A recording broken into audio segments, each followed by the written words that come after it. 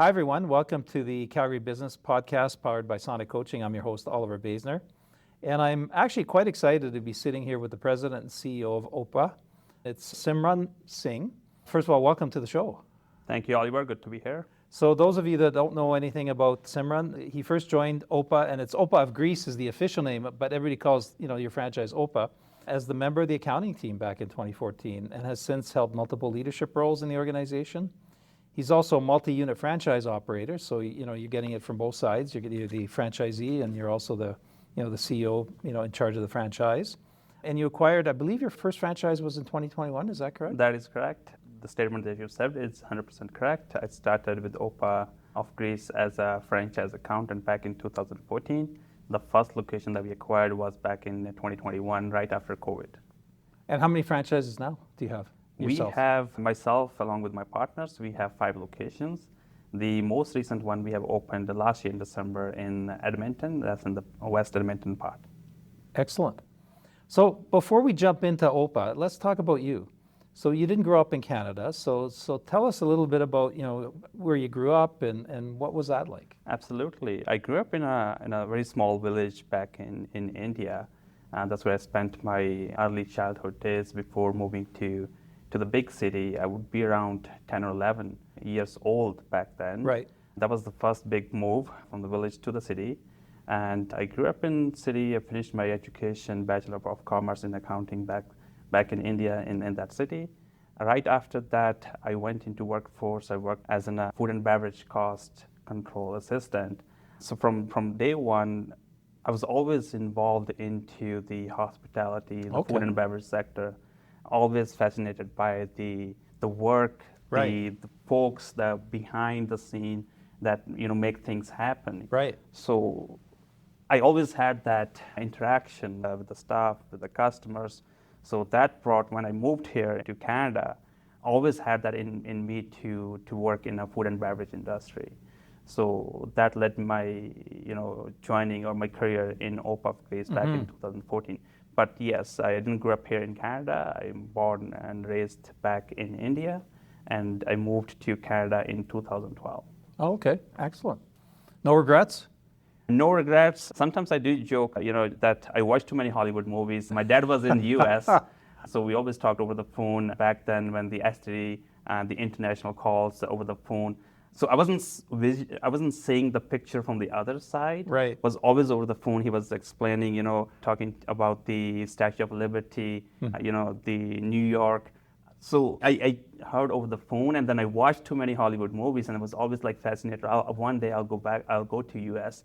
But the destiny brought me here to Canada. You got here anyway. Absolutely. And I believe to the best country. Of course. And I'm biased, right? So I agree to that. Now, tell us a little bit, you go from being the accountant, you go to being the controller inside the organization, and then you decide to become a franchise owner and an entrepreneur. Tell us, what led to that decision? Because you didn't necessarily have to take that step. Yeah, I was always into getting my hands into everything. And by that I mean I always believed in a hands-on approach. Right. Even when I joined OPA as a franchise accountant, rather than working behind the scenes, the back of the house, I was always, going out, talking to other departments, director of supply chain, marketing folks, and to understand how they operate, what the systems that we were using back then. Same goes for the franchises, for the operators. How do they operate? The challenges. What can we do to improve the process? Just trying to be learned from every single person in the office, and also from the franchise operators.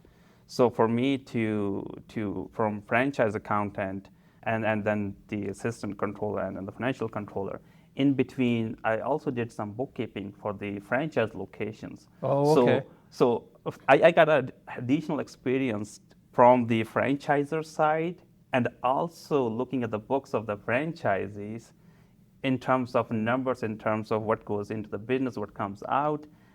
Every single detail I experienced. You talk about the cleaning supplies, the sales, the top line sales. How do you bring in additional revenue, and that translates into royalties, into marketing fund. you're with the suppliers for supply chain department. Like my mind was not at one place; it was going through everything. Big picture. Big picture. And if you ask me, like, no, I never thought that one day I will become a CEO of the company. It was just a curious mind to learn and to figure out. Well, that's excellent. Okay, so let's talk about OPA of Greece. You know, OPA started in Calgary. A lot of people may not know that. It's a Calgary company 25 years ago. And it's not your typical fast food franchise. So tell us about, number of locations and where they're located across the country. Absolutely. And, before I talk about the number of locations, just a little background. The company is almost 3 decades now, or going to be 3 decades. The first location we opened. Big anniversary coming up? Big anniversary coming up. We'll definitely have big plans for that. Going back to your question is, yes, 121 locations across Canada, from Ontario to British Columbia. We have the upcoming locations in Ontario. That's where we see the growth, the opportunity for the company to expand.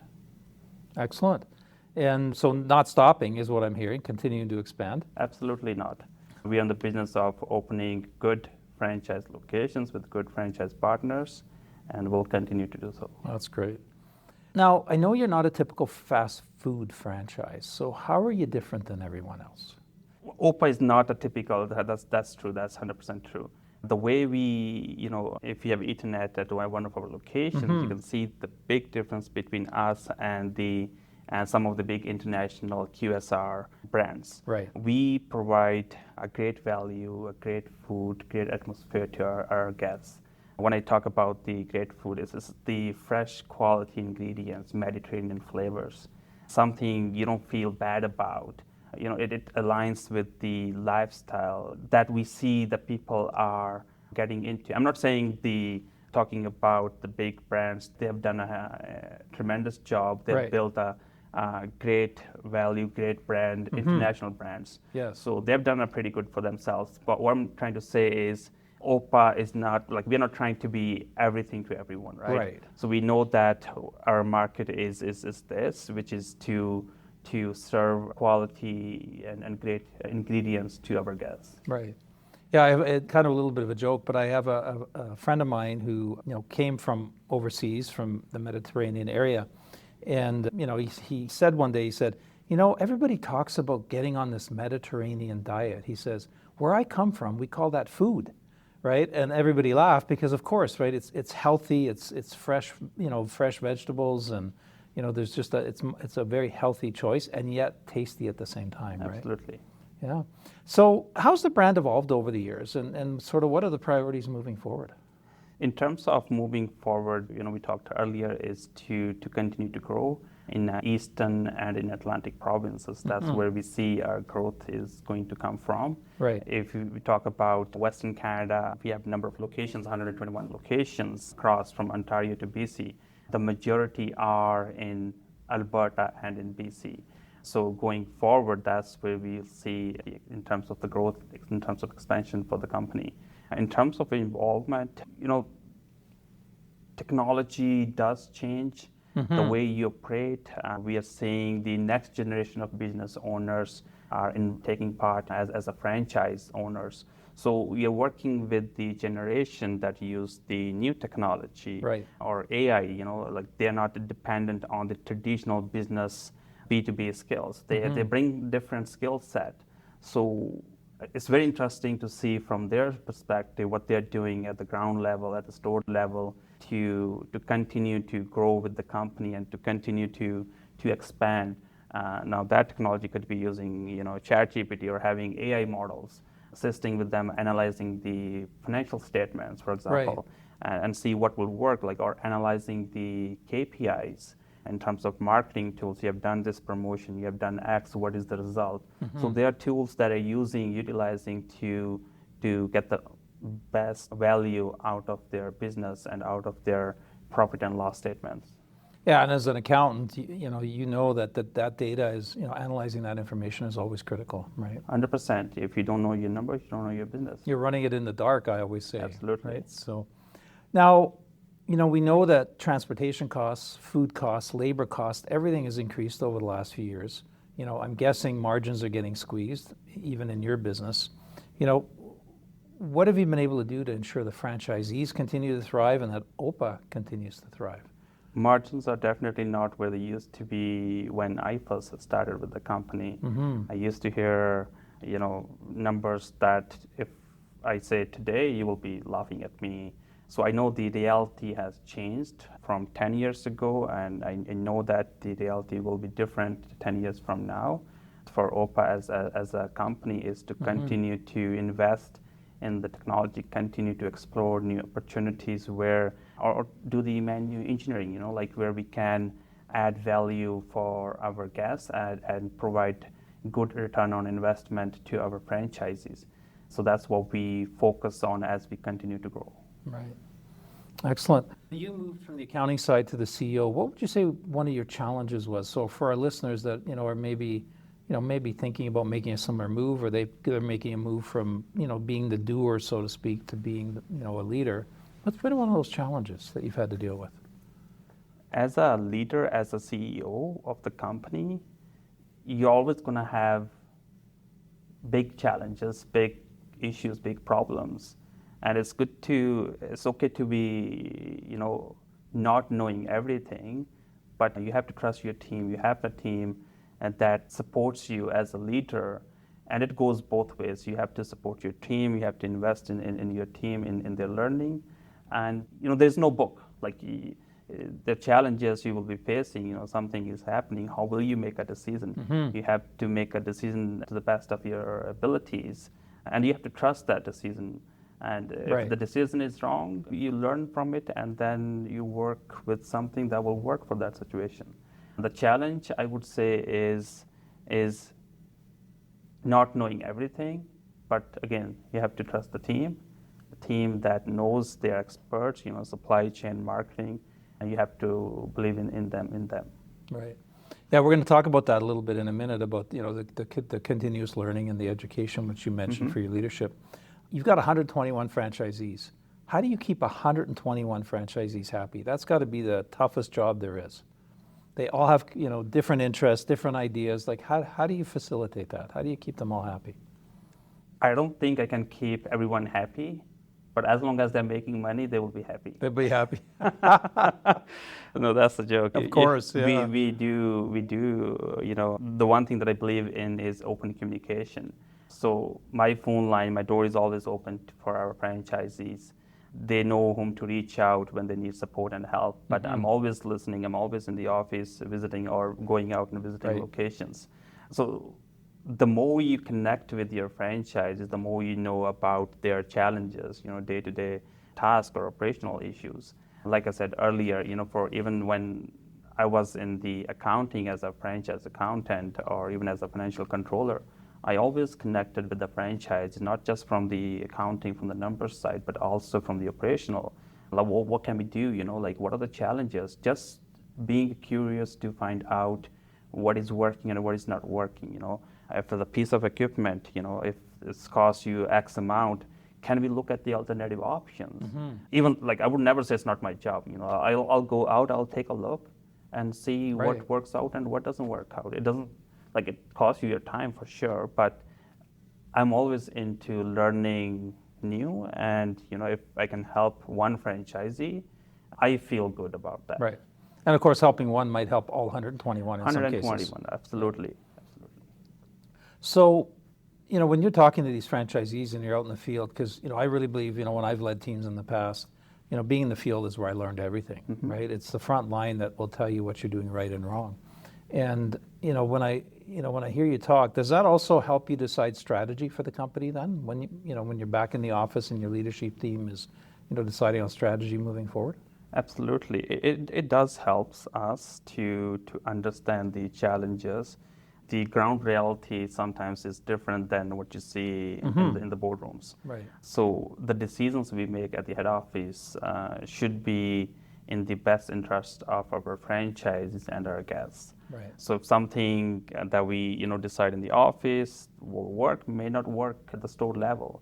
So we go through the testing phase. If it's a new menu item or a new piece of equipment we're looking to launch, we do the testing at multiple locations and we collect the feedback And if that works, and that's how we roll out. And same goes with the strategies. How can we improve? What can we do that in the next 5 or 10 years, the company and the franchisees are going to be at this level in terms of the food cost we talked about. Tariffs, some things are beyond our control. Like no one thought about the war that is happening. It's been still ongoing. Yeah. So there are things that you don't have in your control, but you can control what you have, like in your control. So in terms of us changing our policies, looking at alternative suppliers, looking at alternative menu options to minimize the impact on their profitability,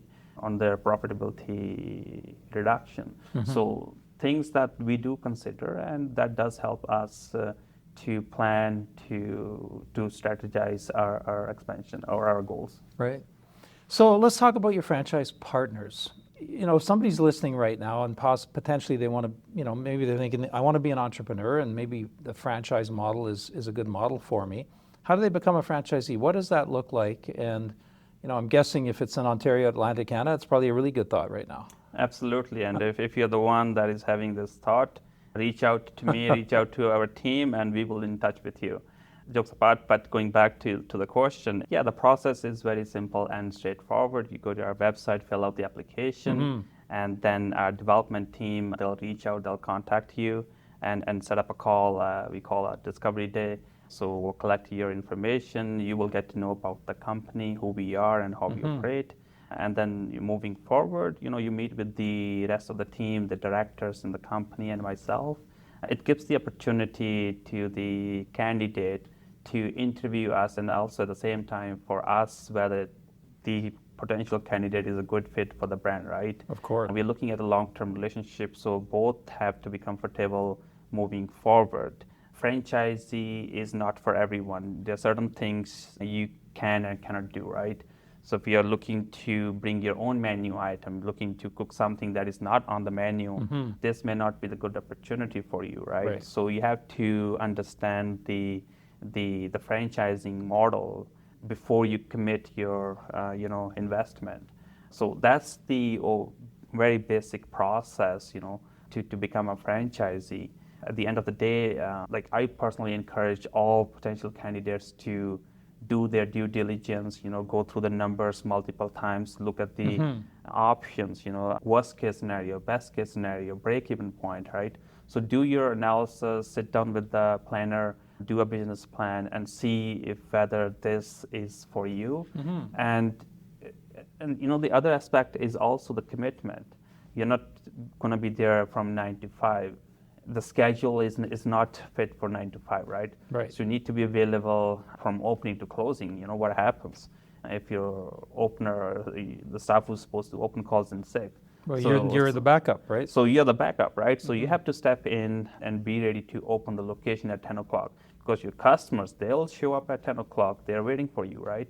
So if you're closed one day or late one day, the next day, they're not going to come back, right? It's true. So you have to be ready to, from that perspective, ready to understand the challenges, ready to take on more than what you would do at anywhere else, I would say. No, it's great. Yeah, it's excellent. And some people might be ready for that, right? Entrepreneurship, as we know, is growing across Canada, and people do want to be their own boss. Absolutely. In many cases, right? So now I have a couple of questions that I ask all my guests, so I want to jump into those. You have a really interesting career moving into leadership. You've always been in hospitality. You have the top job now at OPA. What do you wish somebody would have told you at the beginning of your journey? Now that you've had all that experience, like what that young, potential leader that's listening right now, what advice would you give them? I would say, myself as an immigrant, you always play safe and not looking to take a risk. The one thing I wish, looking back today, I would say is when I moved to Canada from India, that's the biggest risk I took back then. Of course. I left my country, I left my childhood friends, left my family back in India when I moved to Canada. So that's the biggest risk you took in your life. So looking back, I wish someone had told me it's okay to take a risk. It's okay to challenge your abilities. I think the biggest mistake, and you could be wrong sometimes, the risk, when you take a risk, course. you could be wrong. And that's fine, but not taking a risk in your life, that's the biggest regret, I would say. Okay. No, that's great advice. Thank you. You know, with the work I do at Sonic Coaching, I really see personal development and professional development as one and the same, right? You have to grow personally to be able to grow professionally. So, what's been one of your favorite tools or books that you can recommend? I do love listening to podcasts. One of my favorite is Figuring Out with Raj Shamani. He's a podcaster from India. He does go and interview business owners, political figures, entrepreneurs. So I learn from their experience. That to me is the real life experience. Right. So that does provide, I see a value in that. And other than that, so like from the Restaurants Canada, from the industry peers, I do connect with them, through webinars. I learn from wherever I can from within the industry folks.